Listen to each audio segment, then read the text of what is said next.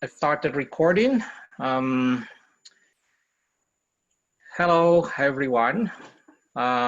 This is the D4AEAS second webinar organized by AEAS, and this time with Access Agriculture. So to welcome you all, we have our ED from AFAS, and we'll invite Dr. Selim Nahdi to make a welcome remark. Thank you, Dr. Selim, for being with us today. And yes, over to you.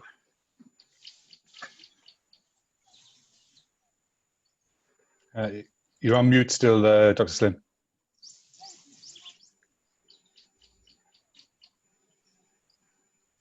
Okay, yeah. Thank you very much, Andre, and the team who is there, Access Agriculture. I can see a lot of participants, and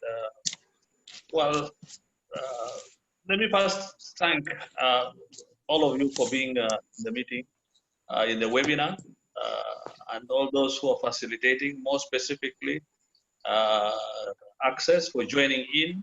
We have been collaborating, Access Agriculture, we've been collaborating with them for quite a while, and this is honestly one of the very good opportunity to showcase, but also to build capacity as well, and to pick up from what best practices can be done, can be made out of digitalization of AES. And I'm sure this is not the first one, but certainly it will be rolled out to at all levels as we move along. And as you're aware, at this point in time, more specifically during this COVID pandemic, face-to-face group AES delivery and so on has more or less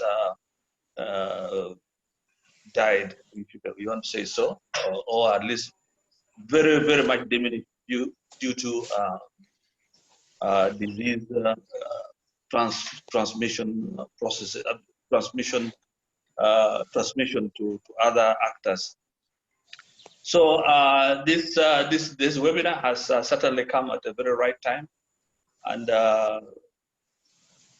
we believe all participants will have some take into it, and they'll contribute into it. And as we move along, we believe that all actors, especially institutions, can build capacity for the rollout and the implementation of digitalization of agricultural extension and advisory services, but also in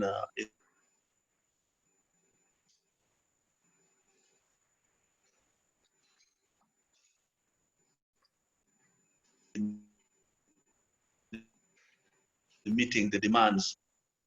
I wish again to welcome. Oh dear. Am I still on? Yes, Dr. Selim, we just lost you for like the last 30 seconds, but we go. I'm using my phone, so it went off. Somebody called me. But anyway, so let me just again welcome you and thank you all, and wish you all very good participation and take home during this webinar. Thank you. Yeah.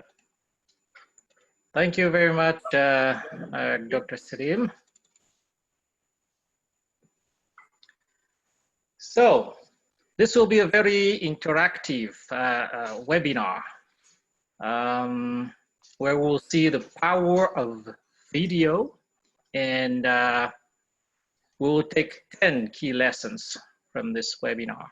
All extensionists, all farm organizations, extension managers, and people who are working in trying to disseminate information across Africa are welcome to take lessons through this webinar. And we are going to record and share it after, because we think that it will be a milestone in how we are going to work on the digitalization of extension across the continent. So our guests today are Phil Malone, a very well-known person in Africa. He's from UK. He's the co-founder of Access Agriculture. He's been working in many areas, including BBC and other organizations. And he believes that rural people should have access to quality information. That's what he says very often.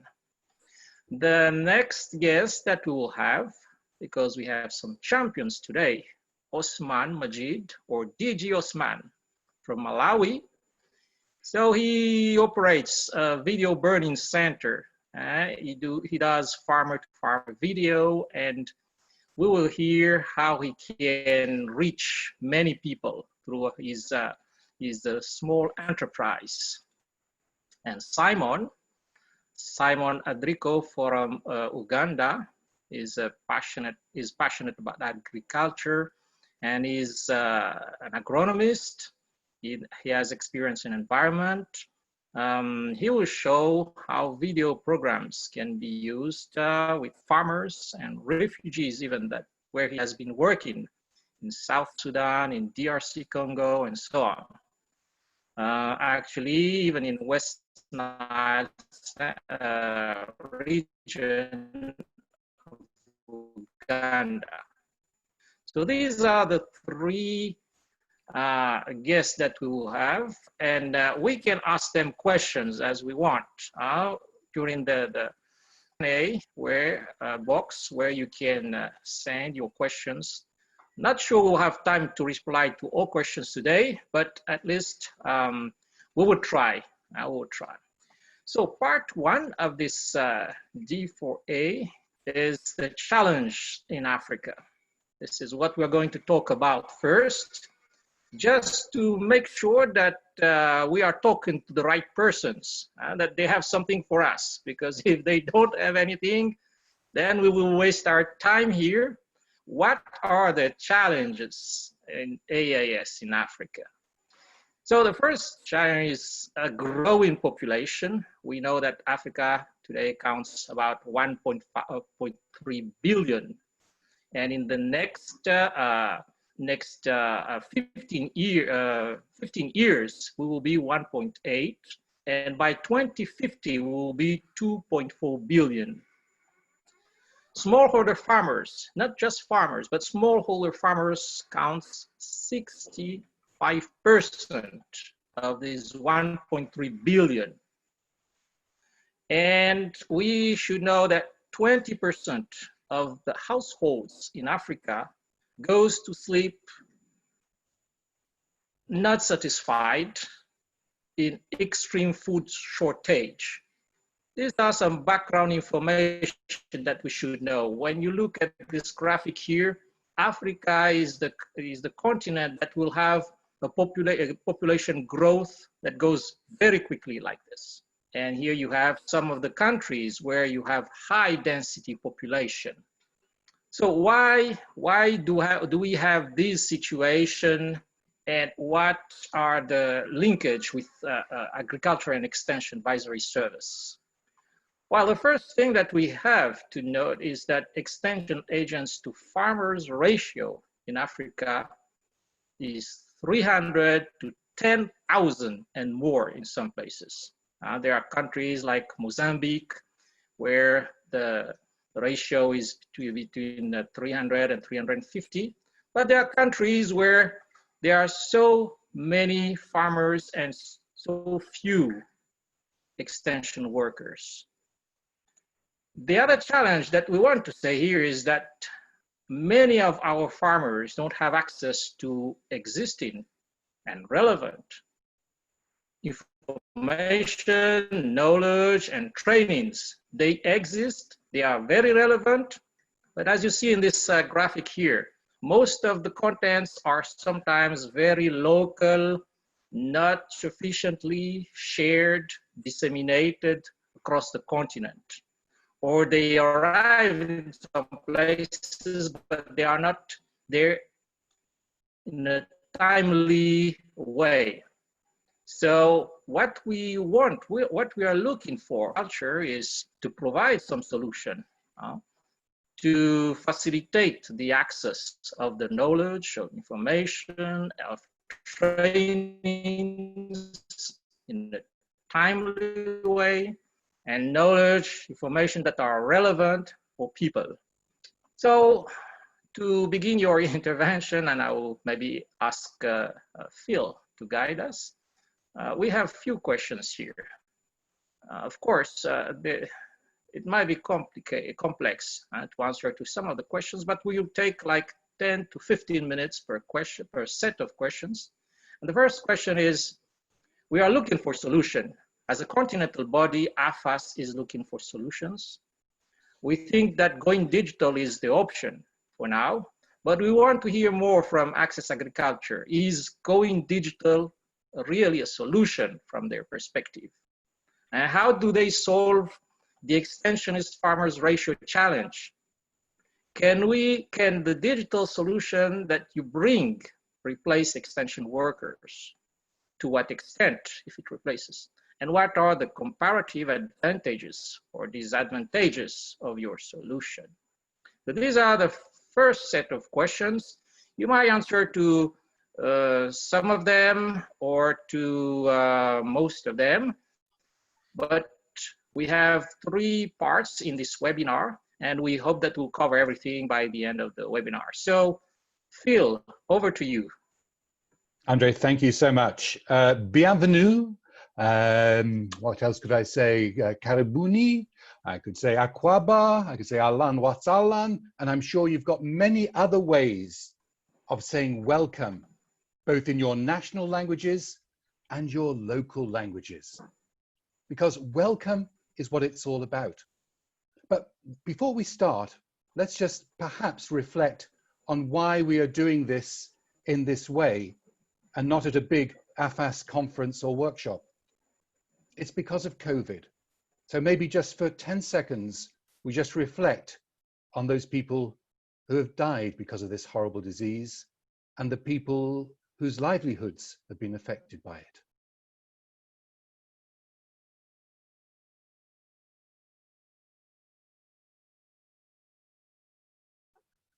So I hope we can think of the reasons why we are involved in our exchange of providing services to farmers.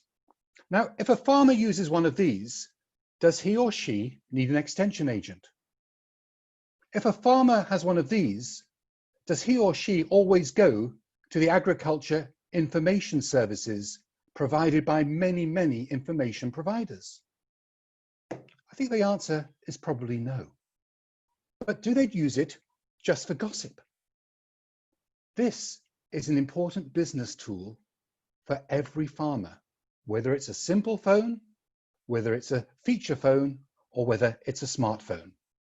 So maybe the first thing I should do is maybe share the screen and show you just a very short introduction to what is Access Agriculture. It's quite a young baby. It was only born in 2012 in Nairobi and is now expanded to be of service to other countries across Asia and Latin America. So if I find the right place, we can have the video that I can show you. Here we go.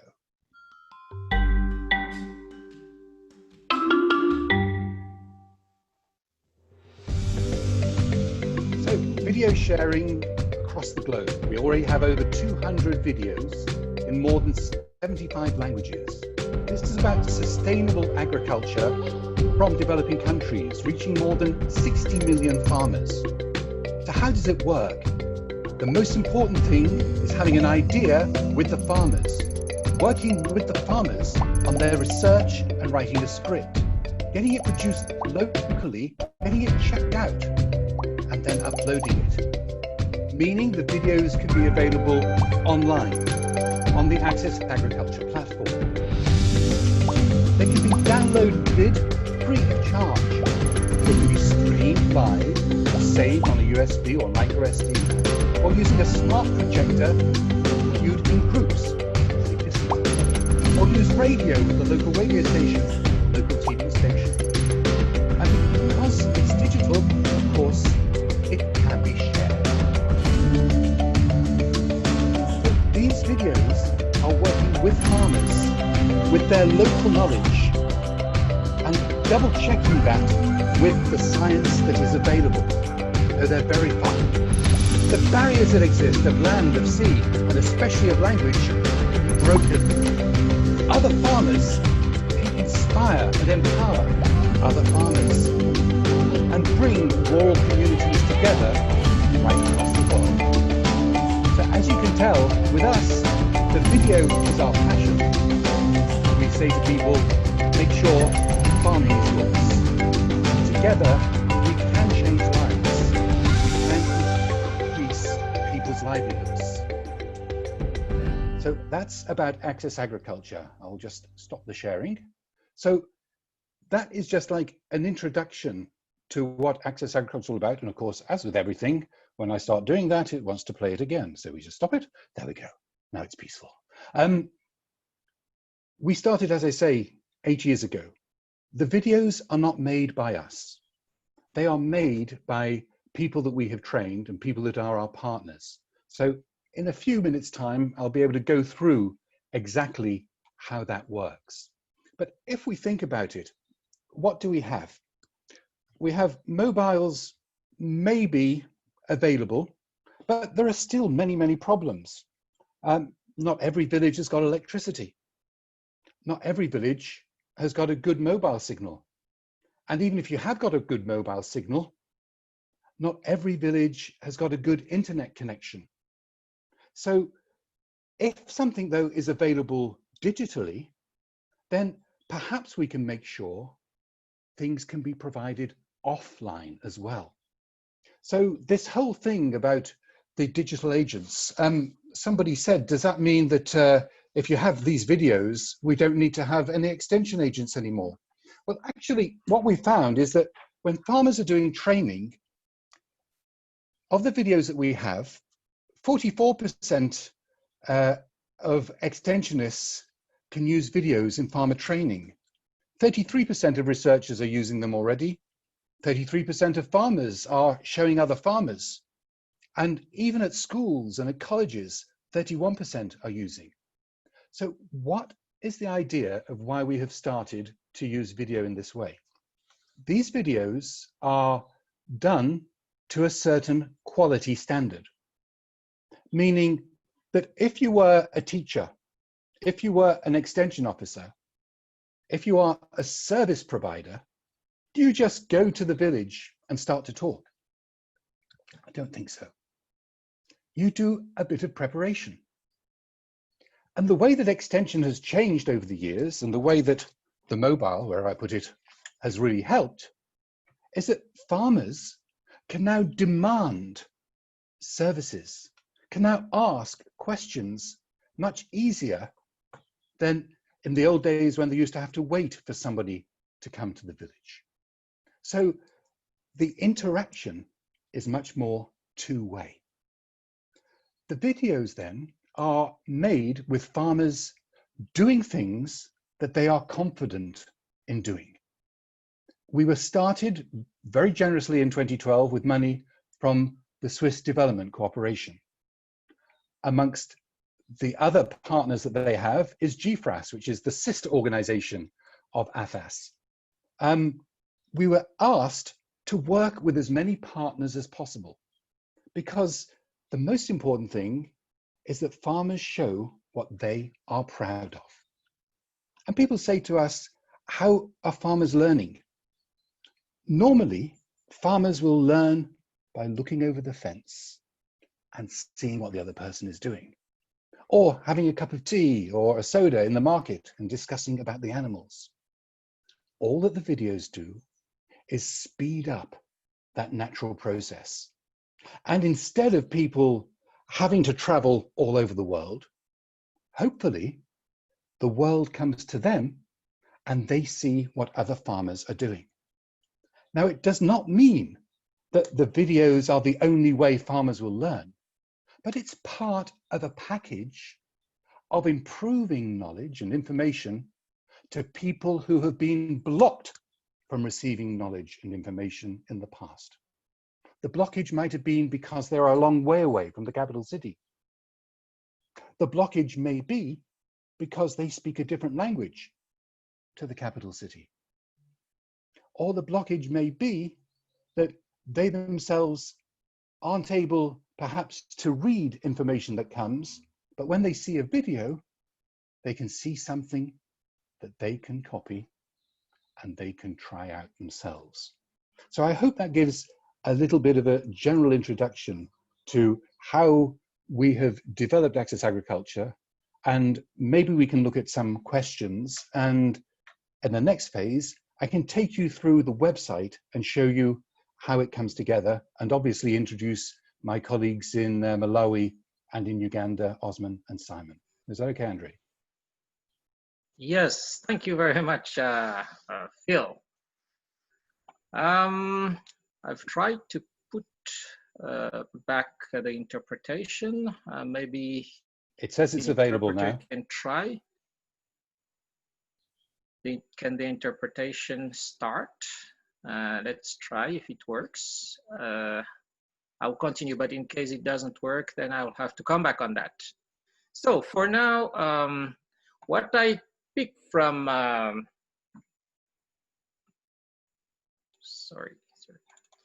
what I picked from Phil's video was that Access Agriculture has produced about 200 quality videos, and these are in 15 and more categories in 75 languages and reaching 60 million farmers. So one organization, Access Agriculture, has reached 60 million farmers. We are talking about 1.3 billion people in Africa.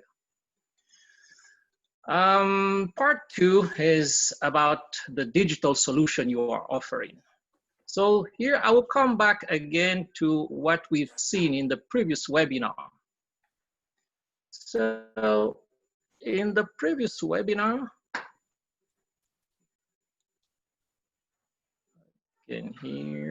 I can hear the French. Okay, so during the previous CTA webinar, we remember that we saw this framework, the D4AEAS ecosystem, where we have the enabling environment, we have the D4AEAS infrastructure, and the use cases.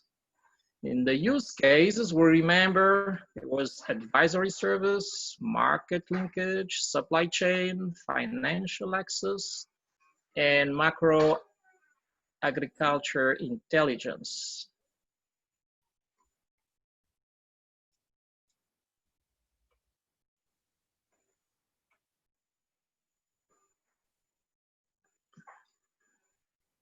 We just lost you there, Andre. What will be of interest for us, I believe, today is this advisory service, information and advisory service aspect, while, of course, the other aspects will also be touched by Access Agriculture.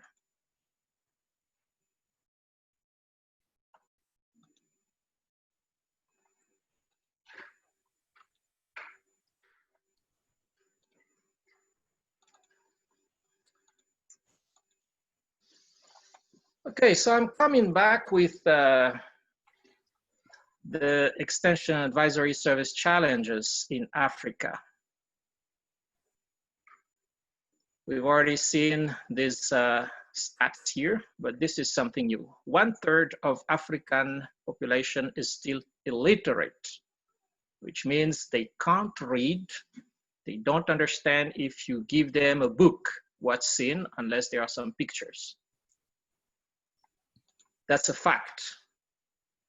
The other thing that we have to consider when we talk about extension and advisory service in Africa is that there is a huge cultural diversity. At continental level, we are aware and we think we need to consider this cultural diversity. We have 1,500 and plus different spoken languages apparently in Africa. And in some countries like Nigeria, you have more than 500 languages. Another challenge that we have to look at is the internet penetration. We have a population of 1.3 billion. The internet users today is 526 million, with an internet penetration of 39%.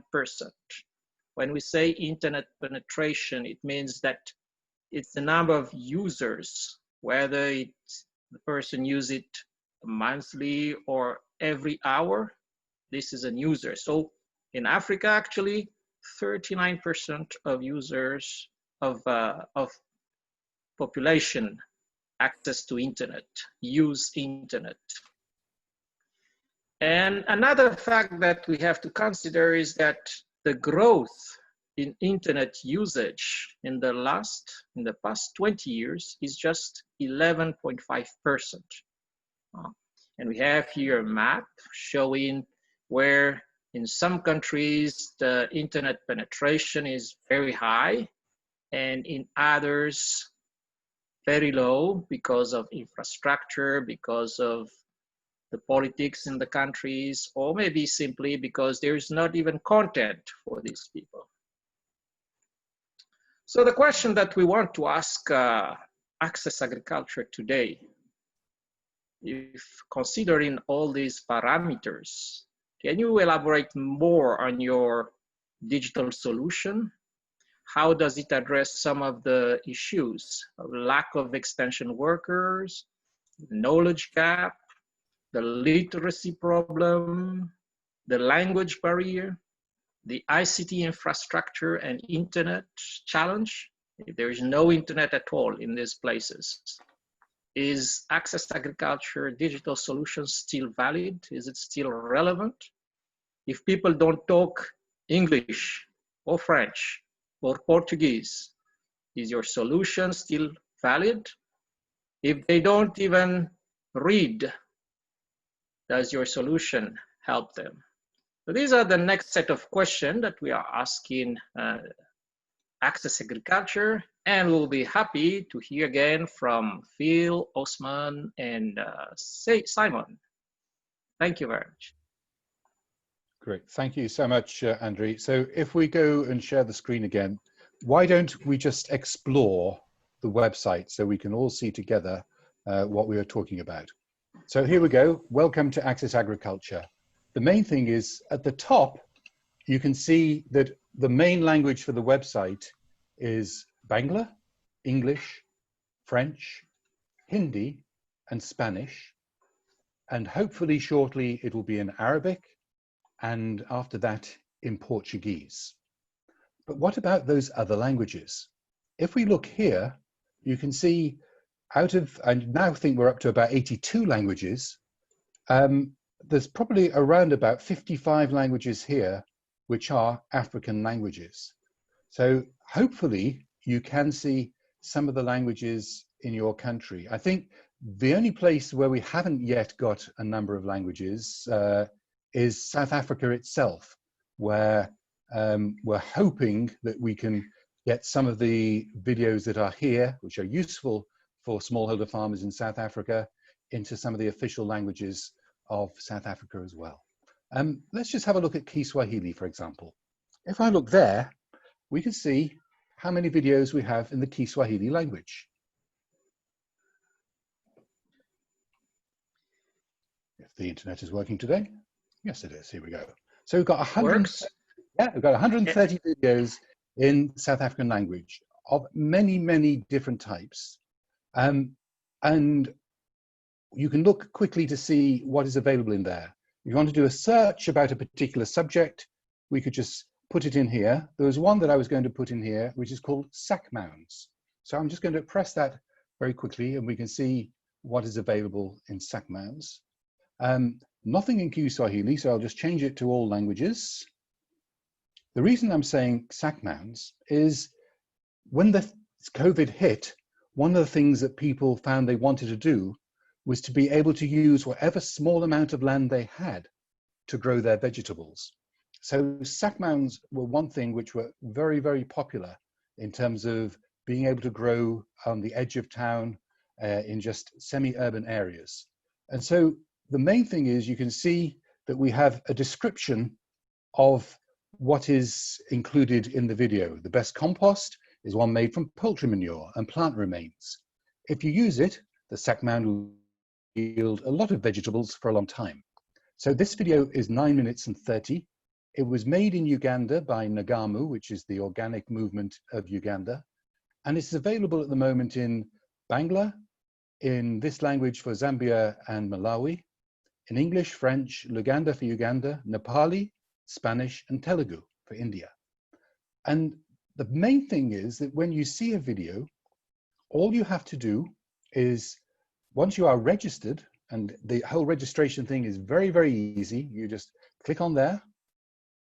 You quickly see that you can, I want to create an account, put in your details, and then straight away you get a confirmation email, and straight away you can sign up and start downloading the videos. Now, obviously, you can download the video to share. If you're a radio station, you can download the soundtrack. If you want to have a very small file, you can download a mobile version. And if you want to have something to remember, there's an easy fact sheet which you can download as well. And so that fact sheet might be in English, but it is very, very easy to download that fact sheet and translate it. So Access Agriculture, as I say, only started operating in 2012.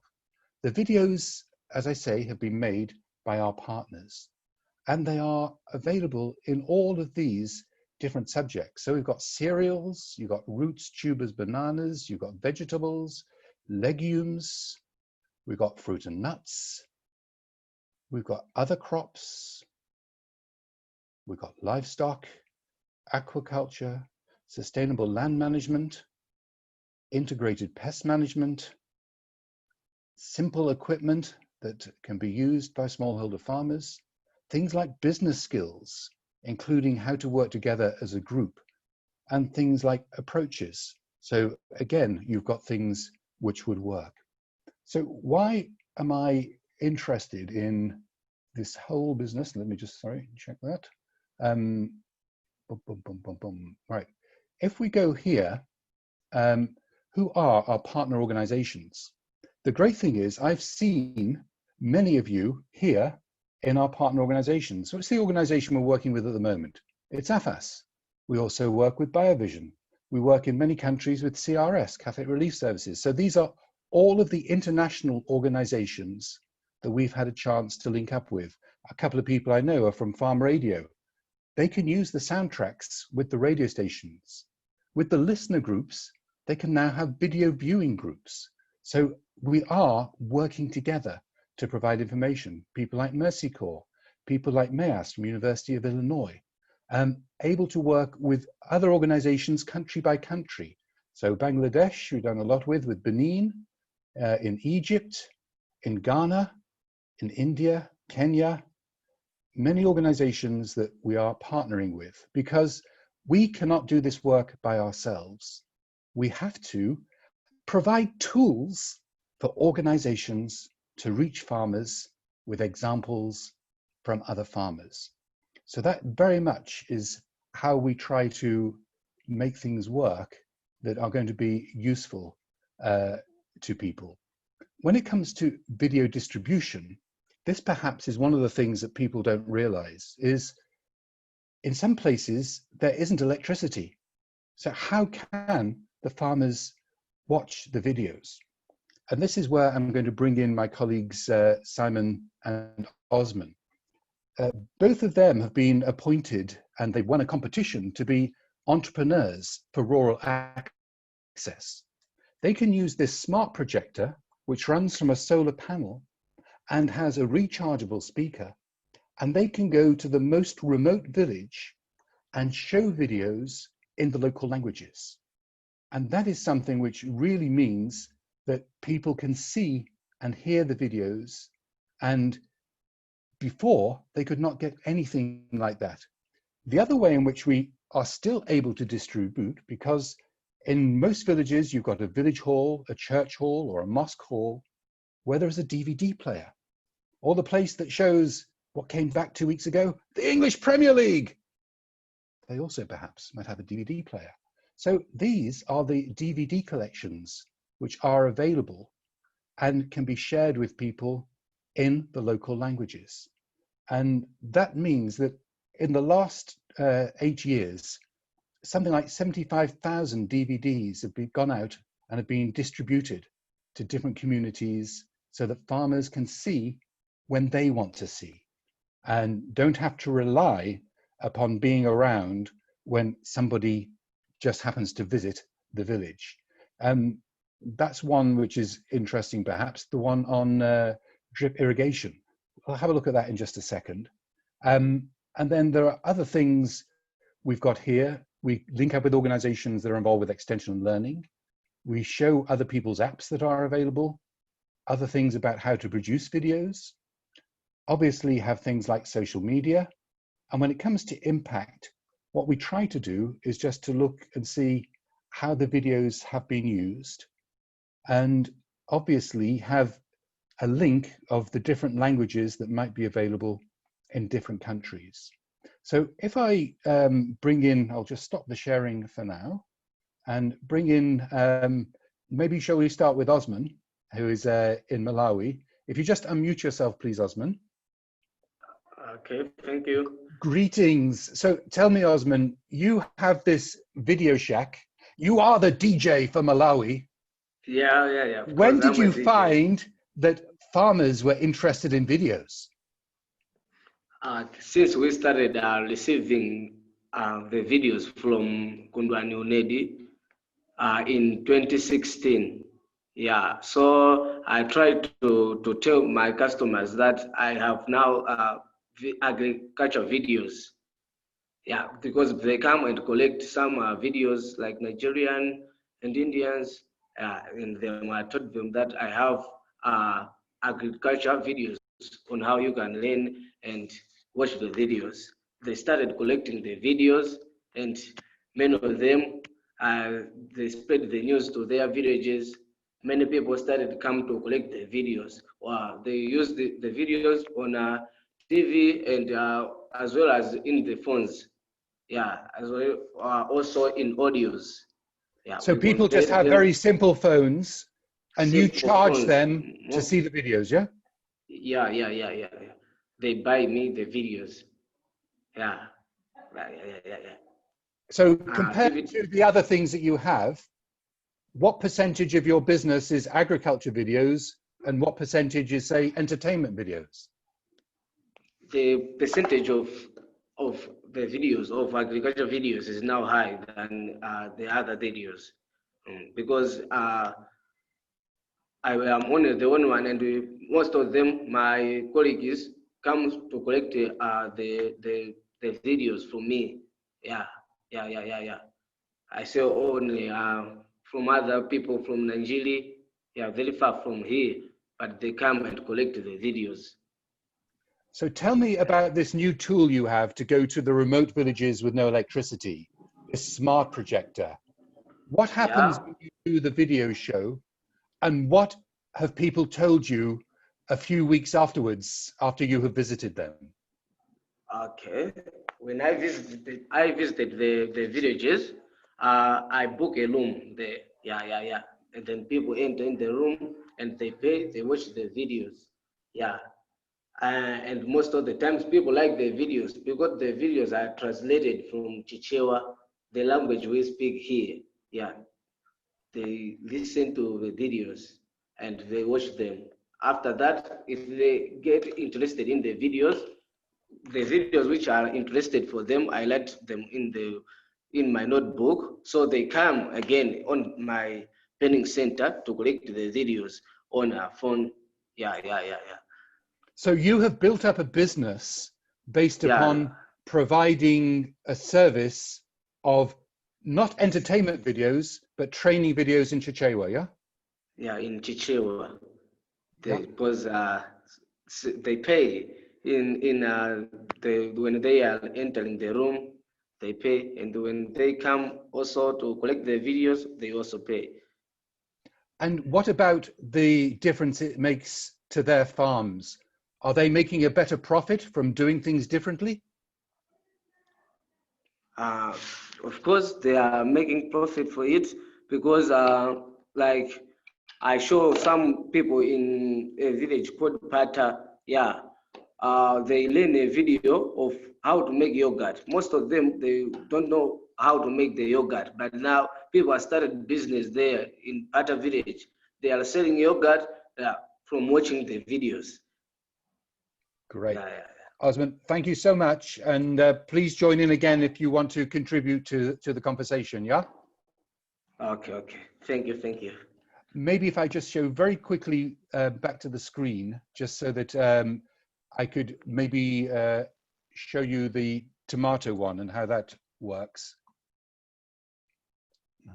Drip irrigation.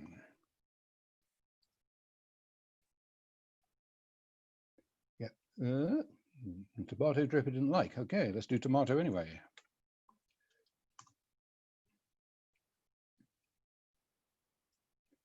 All right, so there's cooling chamber, blah, blah, blah, blah, blah. And here's the one I wanted, drip irrigation for tomato. So again, this is something where we're able to see that this one is 14 minutes in length, so a bit longer than some of them. We normally try to keep between 8 and 12 minutes. But you can see how many languages this video is available in. And one of the things that we are thinking is that because of COVID, many organizations have had to cancel lots of travel, have had to cancel lots of workshops and conferences and training sessions. And maybe, especially AFAS with its ability to work with the country fora, maybe we can start thinking of using some of that budget for translations, so we can provide a better service for farmers to hear from other farmers.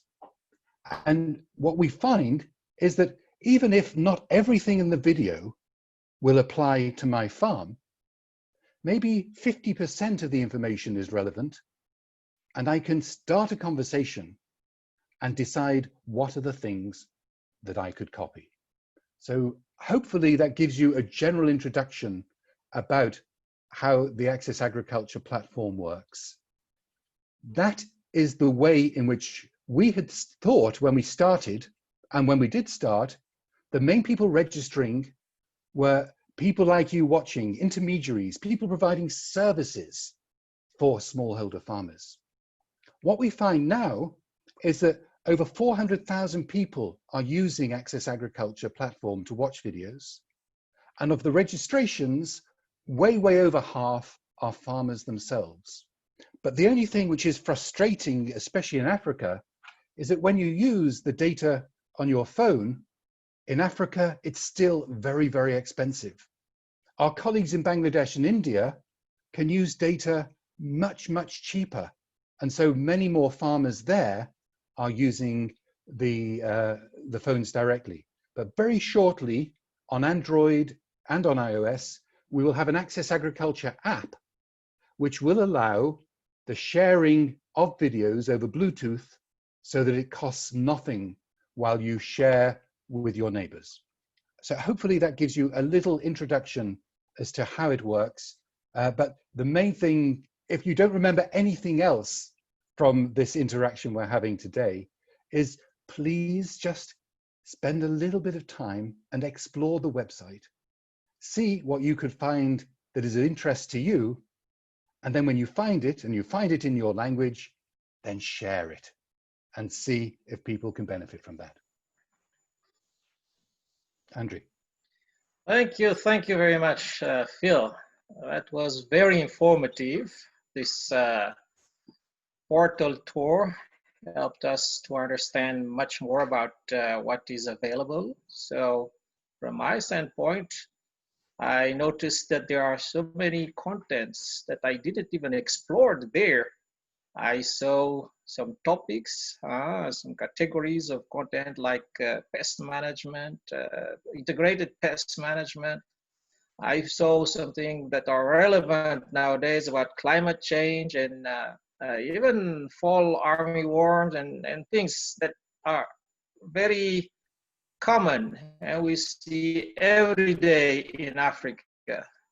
So I think this portal should be of great interest for most of African extensionists. And there are many conclusions that I could took in during this just 10-15 minutes of explanation, especially in the language aspect that is available, and also the quality of the videos and the content and the diversity of delivery method. So it can be online, it can be offline, it can be audio, or it can be on a fact sheet also. That's what I saw.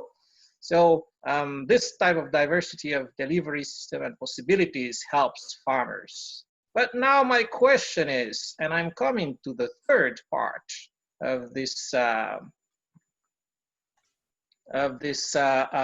webinar, is about, so we have a good tool, a good system. You're offering something that is really relevant. And I've checked some of the questions. There are many questions also about the evaluation of these tools. How is it going out, the dissemination, the impact, all these things need to be also questioned. But my even first question is about the democratization, if we can call it like that, of knowledge through this tool. We know that the population is huge. The target that are looking for knowledge, for training in Africa is so huge. But why? Why is it that it's not widely spread for now? So how do we democratize the access agriculture digital solution? And not only access agriculture, by the way, but for now we are with access agriculture. So we are talking about your videos, your audios, and so on. What are the blockages, the constraints that you faced in the past, which enabling environment is needed so that it's more widely spread? And more practically and pragmatically, how can you immediately advise so that we have a wider dissemination? We are not looking for big resource, big means, very simple, practical, at individual level or organizational level or community, national, continental level. How do you suggest? And I believe it's not only you who is going to participate in answering this question. Many of the participants here also have experience and want to share their experience. So please share on the chat box so that we can exchange. And we'll try to share these answers through our web portal, the D4AEAS portal also, because most of the questions and answers that you are asking here won't be answered. Time is limited, so we will try to share it through the web later. But for now, yeah, let's ask Access Agriculture, how do they deal with this question of massive reach and democratization of the digital solution they are offering? Okay, thanks so much, Andrew. I think let us take the fact of life. If you are in a capital city, you have access to decision makers. It even happens in ministries of agriculture. It even happens with the agriculture extension services. Most of the headquarters are based in the capital cities, and that's where the decisions get made. So it's only when we have a crisis like this that people realize, how are we going to provide services to these remote areas? How are we going to reach the people who most of the time don't have a voice? Most of the time are not really very well represented. And most of the time, nobody bothers to provide material in their language. So what do you have? You have thousands and millions of people in Africa who rely upon their children to act as unpaid, unofficial translators. Now, if they have a chance, whether it's through a mobile, whether it's through a DVD, whether it's through a smart projector, to hear something in their language, then there is a chance. And not everything is fair. If somebody has a mobile, will that belong to the woman in the family? If somebody has a mobile, the machine itself costs a lot of money. And as we said before, the airtime is so expensive. So how can we find ways of maybe things which are useful to the government to boost agriculture input? The governments could ask the mobile companies, if there is good training material in our local languages, could you please make those websites free? As I say, Access Agriculture is not going to do the market information, is not going to do the weather information. We will just provide the farmer-to-farmer quality training material. And when we say quality, it means quality in terms of making sure it has been checked, that it's not just gossip. And that way, these things can be shared. And we work supporting each other as service providers. I would much rather prefer we don't talk about agriculture extension, but rather we talk about providing services to smallholder farmers. And farmer organizations should be better service providers, not just with the chairman sitting there and waiting for everyone else to bow down before him. That's what's happened in the past. Now we must make sure the smallholder farmer is the queen or the king, the one that we have to provide services for in a way which is accessible to them with whatever means they have available. One of the things perhaps we could do is to bring in Simon. Simon is based in the north of Uganda and has been working again as an entrepreneur for rural access with people in a refugee camp up in Arua in the far north of Uganda. Simon, tell me a little bit about how you were able to use the agriculture videos with the refugees and what languages you were using with them. Okay, thank you so much. This is Simon from Uganda. Mostly I was using the languages which are spoken in the refugee settlements, like the Lubara language, which is for the host communities. And then we also use Arabic language, which is for the refugees from the south, and then French for Congolese refugees in the settlement. But then mostly my audience are the refugees and the host communities, since they live in an enclosed area. But then as an extension worker, we normally do it in groups. We get the farmers in the group, we meet in a central place, mostly in churches and then in classrooms, and we show videos to them. Afterwards, we give advisory services to the farmers as an extension worker. Tell me what happens when you show the video. Do the farmers just watch it and say, oh, that's interesting? Or does it spark a conversation and questions? Yeah, during my video sharings, there are a lot of questions from the farmers because one, they are impressing the knowledge that they have got from the trainings. Mostly our topics of discussions are horticultural because of the lack of space, the lack of land that the refugees are having. But then they also feel so happy that they are learning this from their peer farmers from other places, but using their real local languages. And also, they also feel so happy to interact with me after understanding in their local languages, not in English. Because when I meet them, I speak English and then we translate in their local languages. So most times they feel so happy when they get the content in their real local language, and they feel so encouraged that they have learned and they really practice what we teach them. Thank you. Tell me, Simon, when you see the videos, not all the videos have been filmed in Uganda. Some of them might come Yes. from Bangladesh, from India, from other parts of Africa. Does that matter when people see those videos? Do they still find it useful?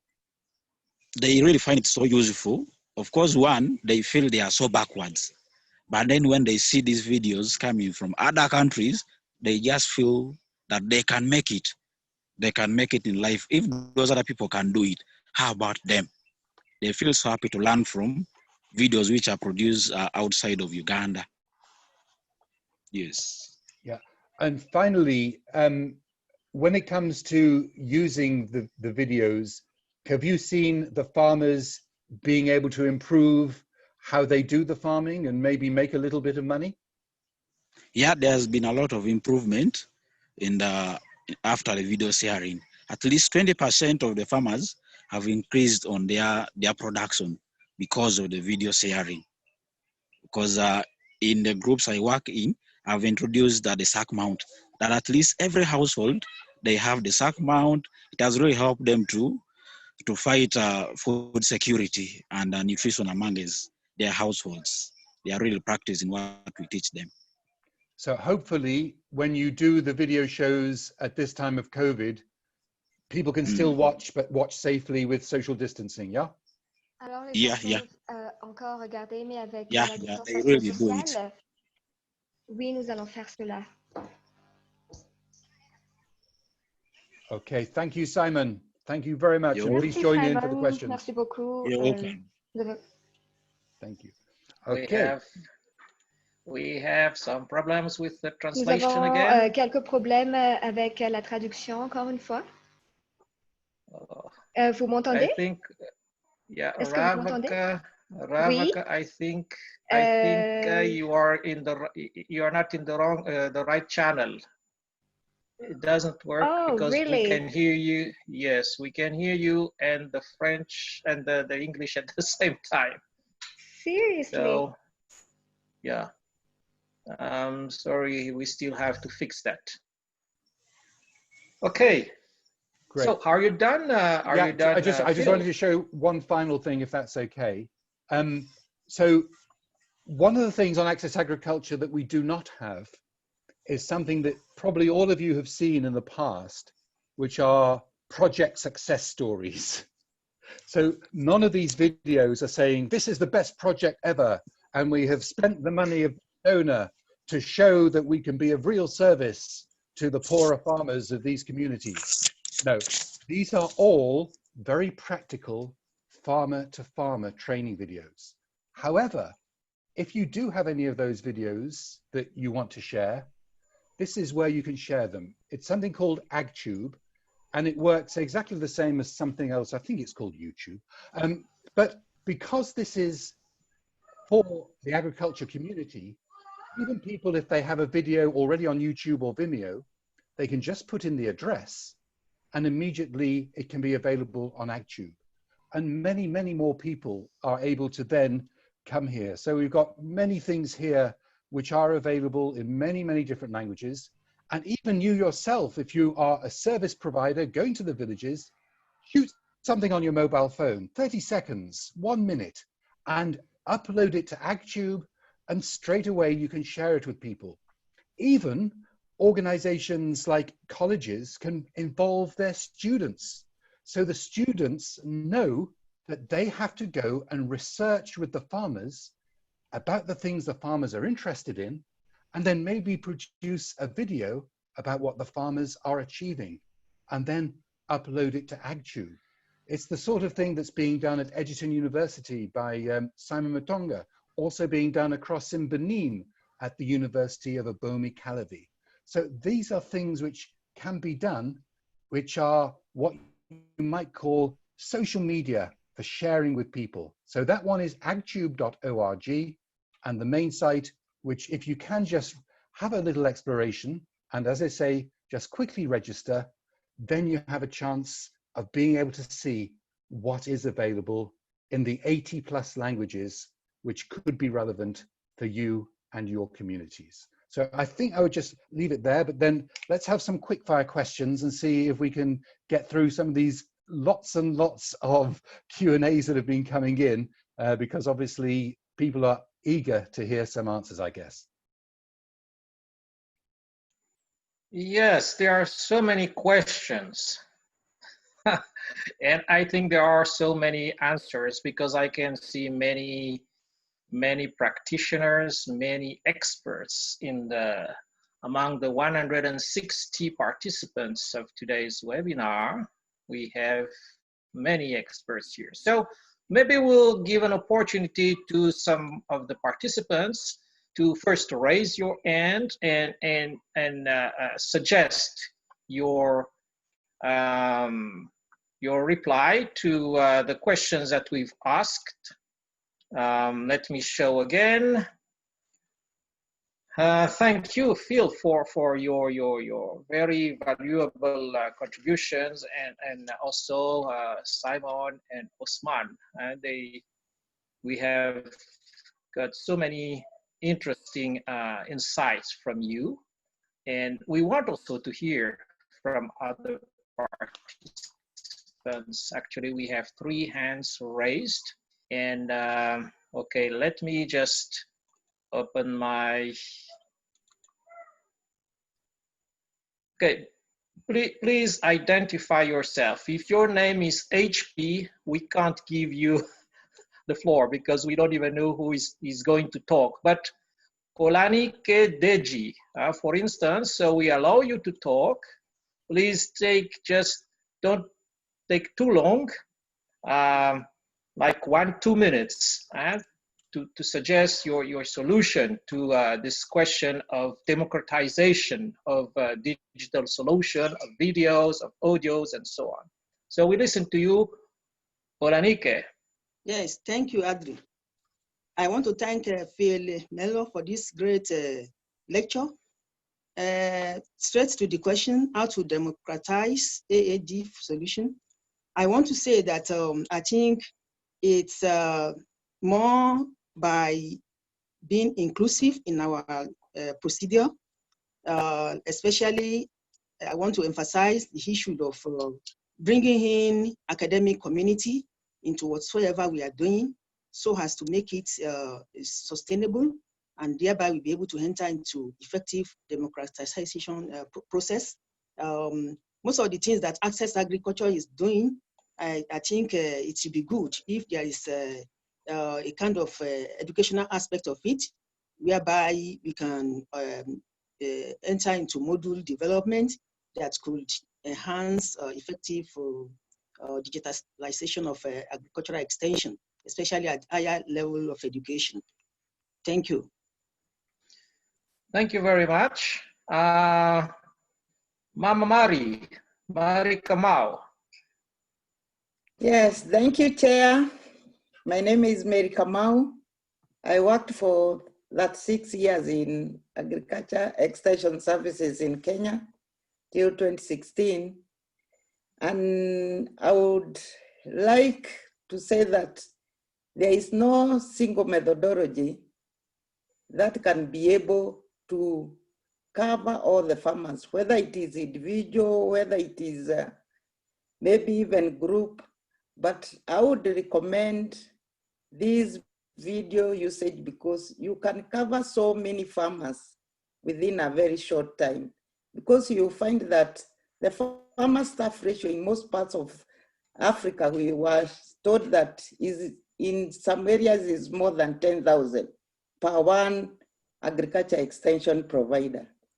So I think if we can be able to use the videos, we can be able to reach more farmers. We can be able to give simple messages which are affordable, and the farmers can be able to take them up and change their way of farming. So I would highly recommend the use of videos for digitization of extension services. Thank you, Phil, for your wonderful presentation. Asanteni sana. Thank you, Madam Marie. Let's hear from Afolabi. Please unmute yourself, and yeah, you can speak. Yeah, good afternoon. here in Nigeria. I'm a Folabi Kundayo from National Services, Ahmadu Bello University area here in Nigeria. A great presentation, interesting and motivation. My look at here is in the area of participatory video and video.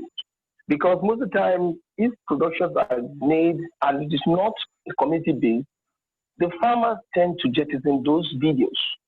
I am suggesting that if it is participatory and then community-based, then we'll be able to have a way forward for the farmers to accept and then be able to utilize it. Because accepting is one and accepted is another thing. Even if the extension agents are there, they must be community-based and the video must be participatory. In that sense, the program is also to the farmers for them to take a record of what they experience. Also, personally, it's also good. Thank you very much. Thank you, Afolabi. Participatory video. I think Phil will have something to say about that later, but let's give more opportunities to participants to talk. Just unmute yourself. Ahmad? Yes, congratulations to the team and Phil. Good presentation. Yeah, you talked about how to democratize and the blockages. I'm speaking from Bangladesh and I am responsible for the South Asia on behalf of Access Agriculture. So if you want to democratize access agriculture resources, I think the best thing we can do together is to create a pressure on the extension agencies, no matter which type of agency, which type of authority they belong to. It's like, you know, government agents sometimes do not want to recognize the private actors or civil society actors as they think that they may not be trusted, their content may not be scientifically very standard. They don't look into the effort that these type of organizations are actually putting in terms of, you know, having thorough research before producing a video. So without assessing that effort and strength and opportunities, sometimes they have a tendency to not to accept videos from these kind of organizations in order to, you know, share them or use them through their individual extension networks. It also applies to some extent to the private sectors, because private sectors has a tendency to produce their own videos because they have, you know, they have their logos and they have their, you know, conflict with other companies, etc. But I think these agencies, they need to, you know, forget their egos, accept the quality, and then make use of these videos, and ultimately they all would be benefited. So it also come across all the different other actors like radios, televisions, newspapers, and many online resources that are available nowadays. And if you look at the extension agents, most of the extension agents, they have now their smartphones. They can make use of those without any problem. So this principally, it is the acceptance to the resources, content, and recognize those contents and use those contents and spread those throughout. So Thank that you would very actually much. solve a lot of problem in the world. Thank you very much, Ahmad, from Bangladesh. So we have people also from other continents today. Thank you for attending this webinar. Maybe we'll give some words to Solange. So our focus is still democratization and impact of digital tool in AEAS. Yes, Solange? Okay, thank you very much. I am Solange. I am a livelihood officer in UNHCR in Cameroon. I just want to know if it's possible to have direct support from you for our project, our agricultural project for refugees, or it is possible to have some materials to work with refugees, like videos, how to have videos. I saw that it's possible to register and download some materials.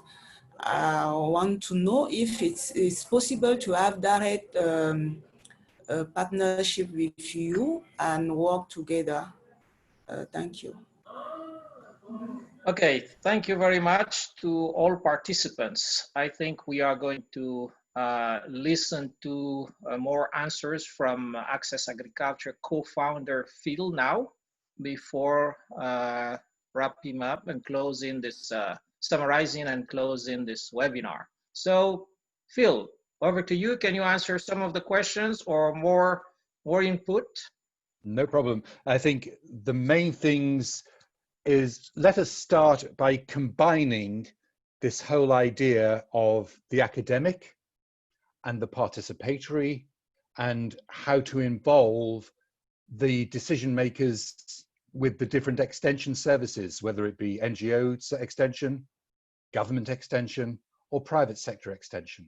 The best way might be if I tell you about a certain country I visited, and I went to the guys who were doing videos with their extension service. And I said, how do you make the videos? Oh, it's very easy, they said. We start off and we go and ask the professor and say, what is happening on this subject? And can you help us to write a script? And please make sure this script is really, really good. So that is all how it's done. Academically, it's perfect. So I said, what happens when you go and start doing the filming with the farmer? Is everything as it says in the script? Oh, no, it's totally different. And what's the problem? The problem is, on paper, it's perfect. But unless you start with the farmer, you're always going to be doing it with assumptions. When you visit the farmer, include the farmer. I don't mean in participatory, ask the farmer to actually take the video, because normally farmers are best at doing farming. But if they are involved with sharing the things that they feel passionate about, the knowledge that they have, how they are proud of how they've overcome certain problems, then if that is written well, if the interview is done where you ask the farmer to just explain in a very gentle way, and maybe do the interview very early morning while everything is calm and the light is nice. And then film the farmer doing the things step by step. So you can easily do the editing, easily do the montage. And people can follow one training point at a time. And if that is done well, by working with radio colleagues for the translation in the local word, the translation is not done like a news report like that, or like a big commercial. The translation is done in a very friendly, my sister, my brother, these are the things that we are trying. Maybe you would like to try it yourself. And that hopefully is the style of farmer to farmer. And therefore the barriers between communities and between languages are broken. The barriers between continents are broken. So something from Bangladesh can be relevant to a farmer in Mali. Something from Bolivia can be relevant to a farmer in Uganda, and vice versa. If it's done well, you only have to do the program once. Then, for the farmer field schools, please demonstrate what you are achieving. Show how people have changed their attitudes. But that is more of a relaxed, friendly thing that can be shared on YouTube. And so all I'm saying is that the way in which Access Agriculture should work with all these different organizations is to say, as in the case with Solange in Cameroon, we have the videos available for download absolutely for free. They can be shared for free. But if we can work together and encourage some more translations, that's fantastic. I have got some very, very good news for Africa in that GIZ are investing in some organic farming knowledge hubs in each part of Africa and have given us a budget to translate some of the videos into languages we have not yet really done a big investment. So I can tell you that we will be having some extra videos in the languages of Rwanda, some extra videos in languages of Zambia, and other countries will come step by step. So the main thing would be, please have an exploration. Please, I know time is very short and I apologize and I thank you so much for your patience at the beginning, but please think about how we can invest some of the savings from transport into translation and how we can increase our service mentality for those who have been the forgotten ones, those who have been the neglected ones, either because of distance, either because they're in unpopular provinces or states or regions, or because they're cut off by lack of language ability to those who wear the ties and the suits in the capital city.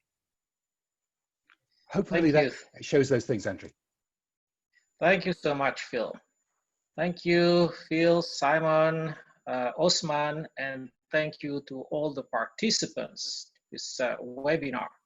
I think it was a very productive, informative, instructive webinar. I can see that there are still many questions and suggestions in the question box and in the chat box.